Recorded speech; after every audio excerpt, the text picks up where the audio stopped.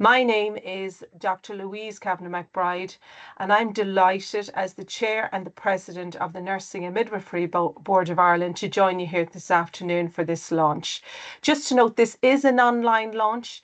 This will be recorded because we're just mindful that this is a busy time of year for everybody with regards to end of summer, return to school, university, work, and indeed CAO. So we have decided to record this for future reference for those that cannot join us this afternoon.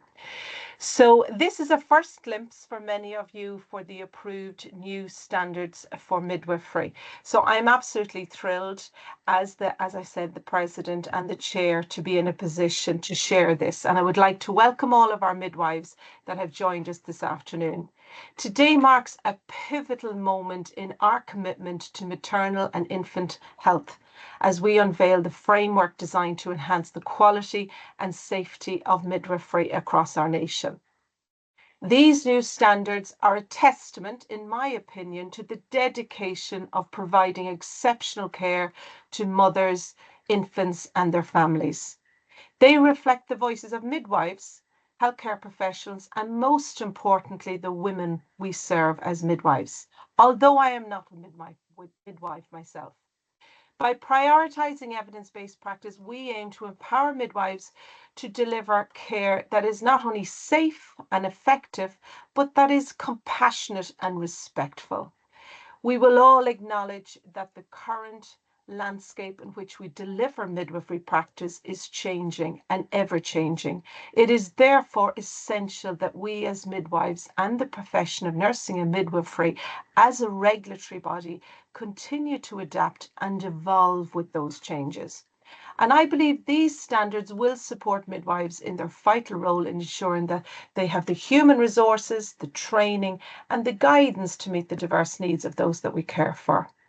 We recognise the importance of collaboration, and these standards foster stronger partnerships within the healthcare system, enhancing the overall experience of mothers, infants, and families. I extend my heartfelt gratitude to everybody who's contributed in any way, be it big or be it small, to the development of these new midwifery revised standards. It is by your dedication and expertise that we have these invaluable standards that have been revised and are now in a position shaping a brighter future for midwives in Ireland. Under the direction of the Director of Midwifery, I have been asked to give a personal shout out because I will probably forget somebody, but I want to identify and shout out specifically to the Midwifery Registration Programme Standards Advisory Committee, to the NMBI Midwives Committee, chaired by our board member, Dr. Margaret Murphy from UCC, the Director of Midwifery Forum, the regional directors of nursing and midwifery, and the INMO. And I just want to acknowledge all of their individual, collective, and holistic, meaningful contribution towards the development of the revised midwifery standards. As we move forward together, let us emphasise that these new standards, with a shared commitment to excellence in midwifery practice, will ensure that every mother and infant receives the care that he or they require. So just a few housekeeping things. That's the welcome address. The format of the remainder of this webinar will involve me now handing over to our Director of Midwifery, Dr. Karen Cliff, and then when Karen takes us through a short presentation to give you an overview of the revised midwifery standards, we will then hand over to our CEO, Carolyn Donoghue. And on this occasion, I just want to congratulate and acknowledge the appointment of our new CEO, and we wish her every success and fulfillment in the future. So without further ado, I will hand over now to Dr. Karen Cliff to take us through the overview of the 5th edition of the Midwifery Registration Programme Standards. Over to you, Karen. Thank you. Thanks very much, President. Good afternoon, everyone. I'm very happy to be introducing the Midwife Registration Programme Standards this afternoon, and it's great to see so many people online.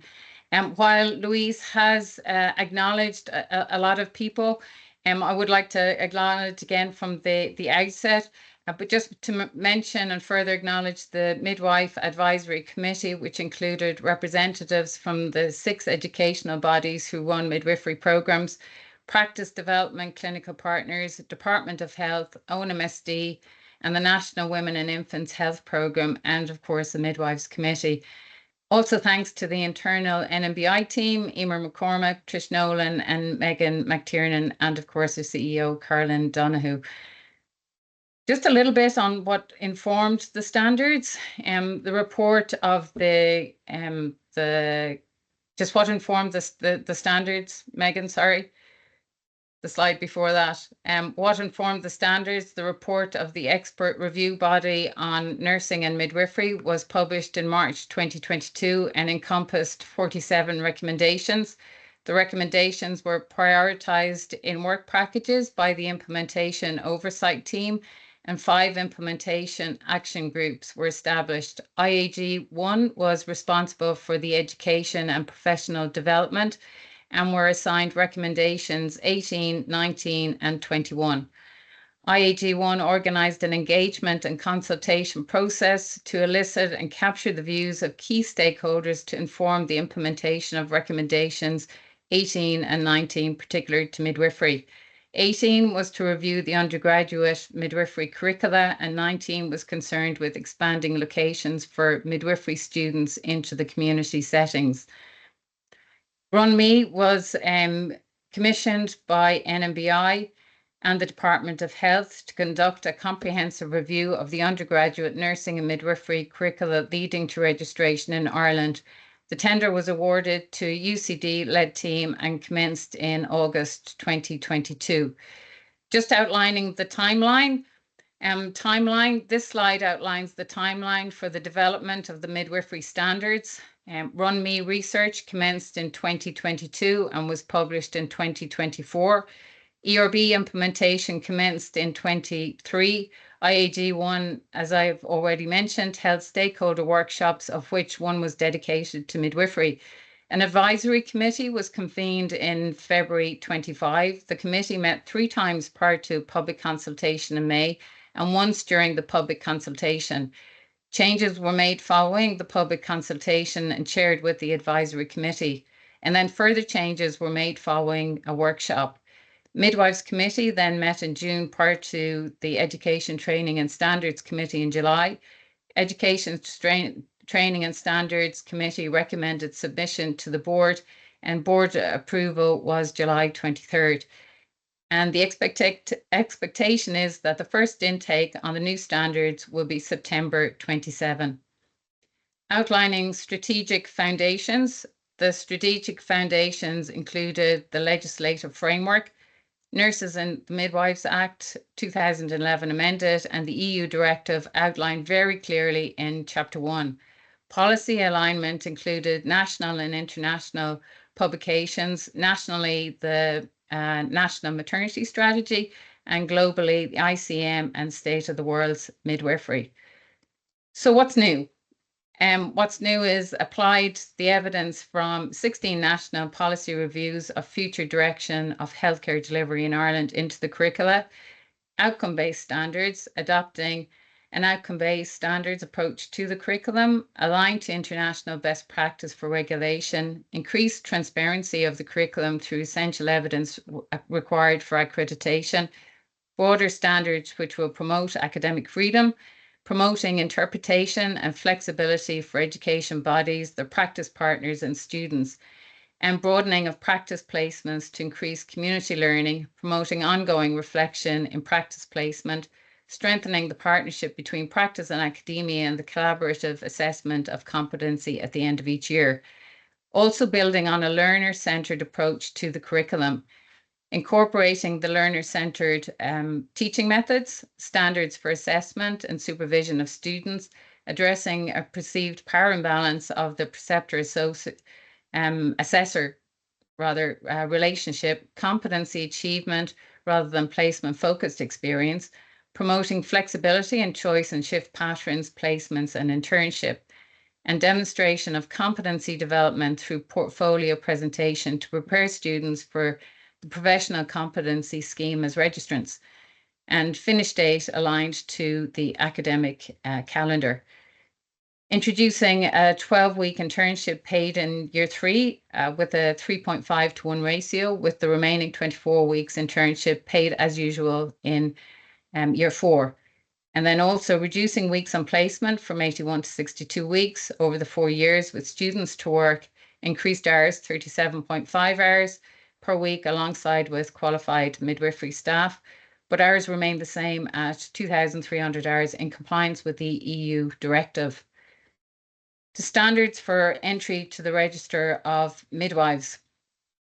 These are outlined in Chapter 2, are underpinned by the principles of the NMBI code launched earlier this year and the ICM definition of midwifery. Under the principle of respect, standards will offer a mechanism to ensure midwives at the point of entry to the Register of Midwives will have an essential knowledge, skill, and professional behaviour needed to uphold respect for the woman, newborn infant, and family in their care, themselves and their colleagues. Under principle of accountability, standards outline the actions required of midwives for entry to the midwifery register to uphold responsibility and accountability for their professional judgment, decisions, actions, and omissions.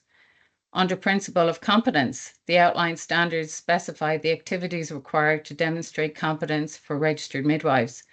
Under the principle of trust, standards will guide midwives to demonstrate the core value of trust to foster reciprocal relationships within their professional practice. Under the principle of collaboration, standards will support midwives to identify the competencies needed to meet this standard. And under the principle of leadership, standards outline the essential competence a midwife demonstrates to provide effective midwifery leadership. Then standards for midwifery education. These are outlined in Chapter 3. These standards are foundation stones for the curriculum standards for midwifery education in Ireland. Standards for curriculum delivery relating to the governance structures, which are the responsibility of the educational bodies. Standards for curriculum content are written by the regulator for the educational bodies and define the specific outcomes of expectations for midwifery students learning at the end of their programme. Standards for student experience outline the midwifery student experience, encompassing many different aspects of student life, and includes the steps to support student engagement and satisfaction. Standards for student assessment measures the achievement of learners and effectiveness of the programme. And standards for supervision of students, which is new introduction to the standards, promote a positive learning experience and support student learning in practice. These standards guide the design and delivery of the midwife registration programme, developed in consultation with educational bodies, clinical partners, and stakeholders. Further details are obviously outlined in the standards, and through this presentation, the standards should be live on the website as well. Going on, the essential evidence for accreditation for the midwifery curriculum is outlined in Chapter 4. This is against our Nurses and Midwives Act 2011. And it will guide ourselves, NMBI, the educational bodies, and the clinical partners on the entire inspection process. And I'm sure everybody will become very familiar with those in due course. Then in preparation, NMBI is available to support educators, both academic and clinical, to implement and roll out the standards. Stakeholder engagement is a very important part of this work and will include educational bodies, Office of Nursing and Midwifery Service Division, all 19 maternity units, NWIP, and our service users. Curriculum review will be informed by the revised standards, and with regards to faculty development, support will be available to implement and roll out the standards for midwifery.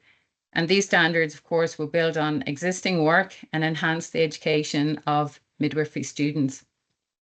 In terms of programme design, the expectation is that the programme developers will design a programme that addresses the evolving health needs of the woman, baby, Irish health policy changes, provision of quality clinical learning environment that supports growth of graduate midwives that have the ability to provide evidence-based, women's focused and autonomous care.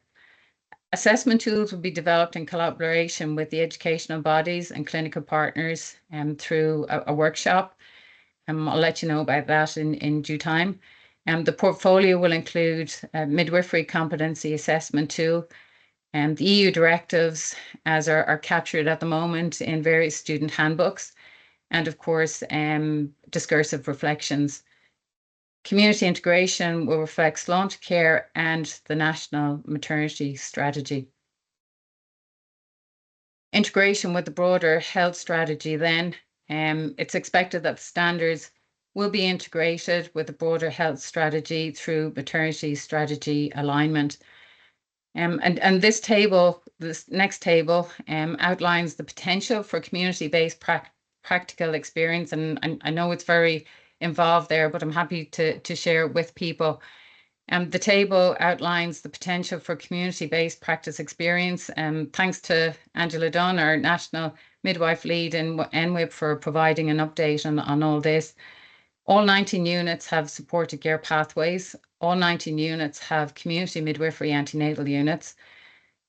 Various maternity units run early transfer home, domino care, midwifery-led care, and home births. All 19 maternity units were funded with designated midwife officers to provide now integrated home birth service. And that demand, I believe, is increasing. And then with regards to various postnatal hubs around the country, there's a few in Cork.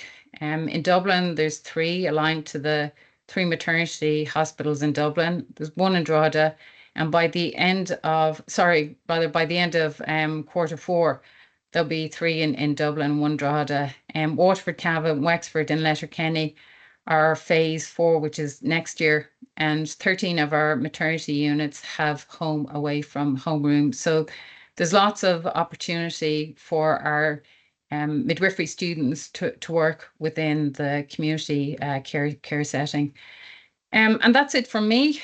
Thank you very much. I look forward to working with you all to implement these standards. And now handing over to our CEO, Caroline. Thank you very much, Caroline. Great. Thank you, Karen.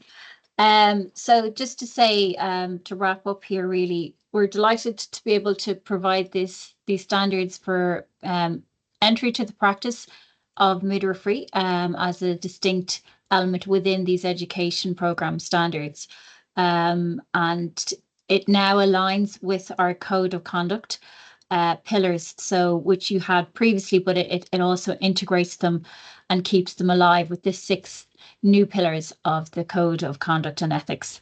So that would be a nice enhancement. A lot of work went into this piece of engagement starting back in 2022 with the RunMe research team. So I'd like to thank that research team and Mary Curtin in particular, who is the lead midwifery advisor on that team, where a lot of information came forward that told us as NMBI we needed to change how we wrote our standards, that there was a lot that students weren't entirely happy with, that we needed to modernize and improve their experience. So we have listened to those and we have really taken that on board. The second major piece of work that has been taken on was the Department of Health and the Chief Nurse's Office, where the implementation action group number 1 took on those recommendations from the expert review group. And again, integration of Sláinte Care and that community element was very much the edict that came from that particular group, and to ensure that there was a more holistic view to how midwifery was taught within the undergraduate settings. So having taken that on board, then the final piece of this puzzle was the writing of and updating of the undergraduate standards. And this has been work that Karen and her team have taken on since January of this year, with support from many different angles across the sector. I suppose the most important thing is that the policy-driven piece from the National Maternity Strategy and Sláinte Care is very much present within these strategies, which will future-proof where midwifery services are going into the future and how we're going to educate and train our midwives. to be ready for that. We're very cognizant of the fact that midwifery is still in its early stages within that community setting. So again, these set of standards allow for the current practice, but also to build, as Karen has just alluded to there, build on where we're going in the future. I would like to thank internally then our Midwives Committee within the NMBI, which is a statutory advisory committee to the board. So they have taken quite a big role within reviewing of the standards and teasing out the content to make sure that they met regulatory standards for education. In particular, Dr. Margaret Murphy would like to thank in relation to her leadership in that remit. Also within the Education Training and Standards Committee, Anne-Marie Duffy as the chair of that, for having a very robust discussion with the ETS committee, looking at making sure that the standards would stand up to future rigor and quality. So it has passed both of those, and both of those committees had recommended then to our president at our board, Dr. Louise Kavanagh McBride, to say we are happy with these, and actually for the future of midwifery for the next number of years, this is the plan of action, which we had those passed and approved there at the end of July. So delighted to be able to bring you the final version, which is now live and available on our website for you to have a look at and to get used to. We now have a 2-year window where we will be working with you across the sector, with all of our education bodies and with our practice partners, to see how are you going to make these particular standards live, taking the best of what you have, and then also looking at new opportunities for the future and seeing how things can be done differently to hopefully try and increase the number of midwifery students that we have within our settings, to again provide that continuity of care for the women, for the mothers, for the infants and their families. So finally, I'd just like to say we did have feedback from the students in particular that they are very happy to see that there are standards for student experience within these new standards, which has been there, but not as explicitly as it is now in this particular set of standards. So they very much welcome the fact that, you know, these standards are built on policy, which is around the woman and the mother, the infant and the family, but also really reflects the experience of the students, because we want to give our students the best experience in their training so that then they stay with us as qualified members of staff and look after the future of this profession. So the one remit we were given was to reflect the fact that this is a distinct profession. I think we've stayed true to that, and that from a regulator's point of view, I'm very happy. So just again to thank Dr. Karen Cliff and Emer McCormick from our education department, along with Megan, for the great work that she's done in helping to support this piece of work, and just to say thank you everybody, and we appreciate there's a lot of work to do, but we're looking forward to supporting you. So if you want to download, you can at the moment from the website, but I suppose we will also have, as is tradition, some paper copies. We will be sending them off to print in a little while. So should you wish to get your hands on a paper copy, if you're not as digitally enabled as some others, we will certainly look to look after that.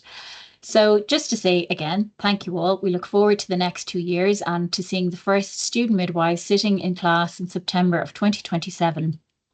Waiting to take on the new curriculum and to see the future of midwifery is safe. So thanks very much. We've finished nice and early, so you have some free time now, and we look forward to talking to you in the future.